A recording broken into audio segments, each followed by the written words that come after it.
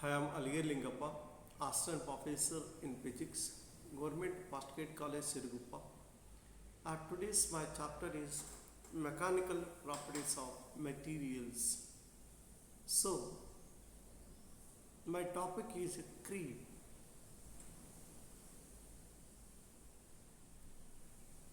So, the mechanical properties means we must need for the study of mechanical properties of materials for an engineering product or applications. It is important to understand the mechanical properties of the materials. The mechanical properties of material are those which affect the mechanical strength and ability of a material to be molded in a suitable shape. Some of the typical mechanical properties of a material, so they are given in the next slide. So for engineering product or applications, you must need the mechanical properties of the materials. For the selection of materials for various purposes, for various engineering designing,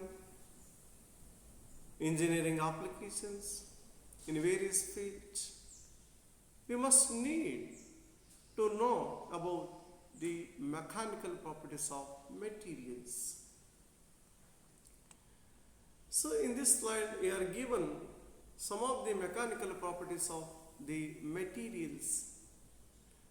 So strength of the materials, toughness of the materials, hardness of the materials, creep of the materials, brittleness of the materials, malleability of the materials, ductility of the materials, creep and slip, resilience and fatigue. So these are the some of the materials we must need. That means the properties we must need for designing the parts of different machines in different fields. So today I will discuss about creep. It is a time dependent deformation under a certain applied load. Generally occurs at a high temperature, so they are called thermal creep, but can also happen at a room temperature in certain materials, like in case of lead or glass. The creep which occur even at a low temperature. As a result, the materials undergoes a time dependent increase in length, which would be dangerous while in service, so called creep. So classical creep curve, the rate of deformation is called the creep rate. It is a slope of the line in a creep strain versus time curve. Epsilon versus T curve. So just as the diagram, initially the material which has certain creep strain. So then further as the time increases under stress, under external load, the creep strain goes on increases, so called up to a certain point, that region is called a primary region. So where the creep strain increases rapidly. So further, so behind that primary region, as the time increases, the creep strain which increases constantly. Such region is called a secondary creep, secondary region. So again behind that point, where as the time increases, a creep strain increases fastly and finally it can breaks up, so called, that point is called rupture point, shown in the graph. So we have different creep stages: primary creep, secondary creep, tertiary creep. So in case of primary creep, where just what we seen in the above slides, where that is the portion of the graph, so called primary creep region, starts at a rapid rate and slows with time. Then a secondary creep, the second region of the above graph, which signifies that so has a relatively uniform rate. That means a creep strain has a relatively uniform rate. Then the next region, so called a tertiary creep, where creep strain has an accelerated creep rate and terminates when the material breaks or ruptures. It is associated with both the necking and the formation of grain boundary voids. So these are the different stages, so-called creep stages. Here the graph which indicates that effect of temperature and stress on the strain and the creep rate. If we plot a graph strain versus time, then we will get the number of curves for different temperature, for different stresses. So just as the first graph, which is at a high temperature under a high stress, a strain increases rapidly with the time. Then you see the second graph, where the second graph which indicates that which is at a medium temperature or medium, which is under medium stress. So that indicates that the strain increases fastly, almost linearly with the time. Then the third graph, so that means at a low temperature and a low stress, which indicates that the strain increases slowly with the time. That means the significance of first graph, the significance of second graph, the significance of third graph. At a different temperature and at different stresses, so called stress strain graph. So now let us discuss about characteristics of creep. Creep in service is usually affected by changing conditions of loading and temperatures. The number of possible stress, temperature, time combinations is infinite.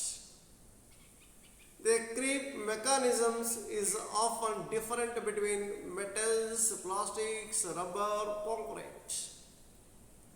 So that means the creep mechanism in case of metals is different from that of the plastics.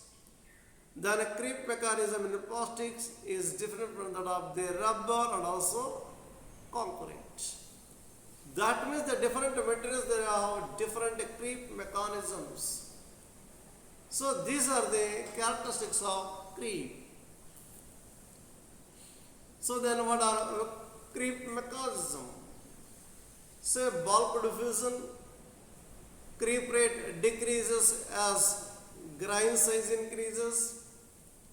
Grain boundary diffusion, say cobalt creep, stronger grain size dependent than a Nabarro herring, dislocation climb or creep, controlled by moment of dislocations, strong dependence on upward stress, thermally activated glide, occurs in polymers and other viscoelastic materials. So called these are the creep mechanisms. So we have different creep tests for different materials, for different conditions, at different temperature, under different external stress. So first one measures dimensional changes accurately at constant high temperature and constant load or stress. Are useful for modeling long-term applications which are strain limited. Provides prediction of life expectancy before service. This is important for example turbine blades. Measures strain versus time at constant T and a load similar to graph seen in the above slide. A creep test relatively low loads and creep rates. Long duration, so called 2000 to 10,000 hours. So these are the different creep tests. Not always fracture. Strain typically less than 0.5%. Creep generally occurs at elevated temperature. So it is common for this type of testing to be performed with an environmental chamber for precise heating or cooling control. So temperature control is critical to minimize the effects of thermal expansion on the sample. So these are some of the creep test. So creep test, some of the general procedures are given. The unloaded specimen is first heated to the required temperature and the gauge length is measured. The predetermined load is applied quickly without shock. Measurement of the extension are observed at a frequent interval. Average of about 50 readings should be taken. So, these are the general procedures to measure creep. Then what are creep parameters? To predict the stress and time for long lives on the basis of much shorter data. So plant life 30 to 40 years. Creep data is usually not available beyond lives of more than 30,000 hours. Larson-Miller parameter and other material specific models are used. So these are the creep parameters. Larson-Miller parameters, model based on Arrhenius rate equation LMT.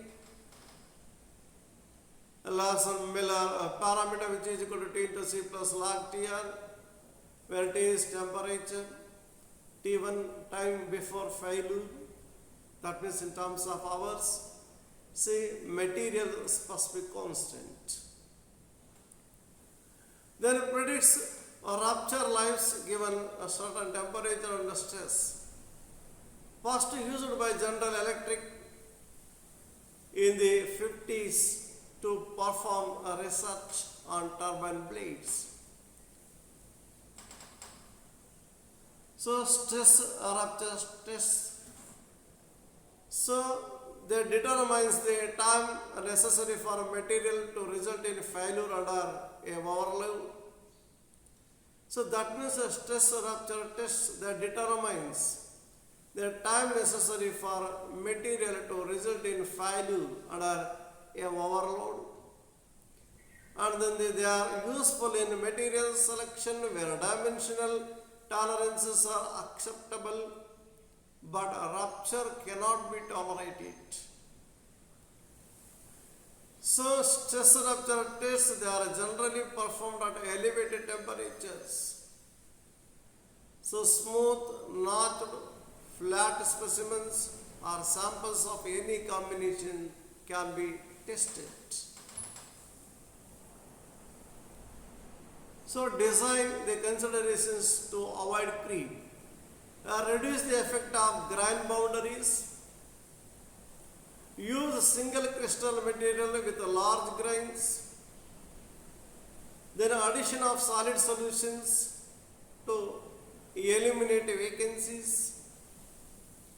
Employ materials of high melting temperatures. Consult creep test data during material selection. Type of service application. Then set advocate inspection intervals according to life expectancy. So here the materials that can be designed in various types. So to avoid creep, so which are the different designing of the materials? So first one, reduce the effect of grain boundaries. Use single crystal materials with large grains. Addition of solid solution to eliminate vacancies which occur in the materials. When we add a solid solution in the material, then the vacancies there are disappeared. They can be eliminated. Employ materials of high melting temperatures. Consult creep test data during material selection. So the type of service application, that means whatever the applications of the given materials. Set advocate inspection intervals according to life expectancy. So you are given the diagram which indicates that creep occur in different materials in different associations. Just as the past diagram, the creep which occur at the middle part. So here this in the second diagram, and then the third diagram the creep occur, then the fourth one. So the elongation of creep, and then so just as in the fifth diagram, if suppose the load, if it is attached to the one of the part of the tree, just as the initially whatever its position, then you see at 8 a.m. whatever the position of that part, then you see the whatever the position of that part of the tree at 6 p.m. So it's a bending, the bending of that part goes on increases as the time increases. That's what called creep. So this is a very beautiful example for the explanation of creep. Just as the upper part of the tree, so that is the initial condition, there is no bending. If suppose some load, if it is applied to that at the end of that tree, then it bends, it moves downwards.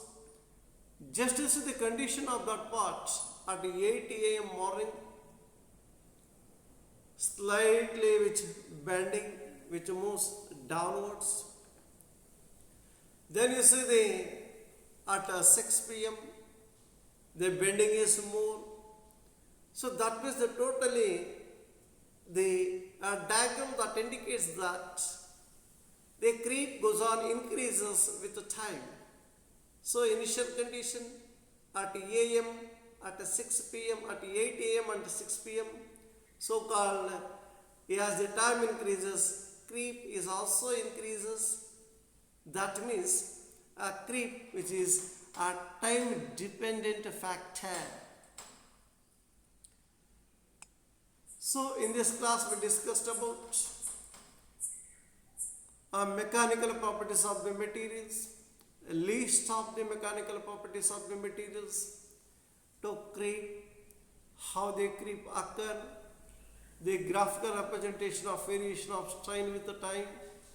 So primary creep, secondary creep, tertiary creep, then a creep testing, so then a mechanism of creeps, and then how the creep that can be avoided, how the materials that can be designed to avoid creep, and the examples of creep, so which occur in different materials, and so on.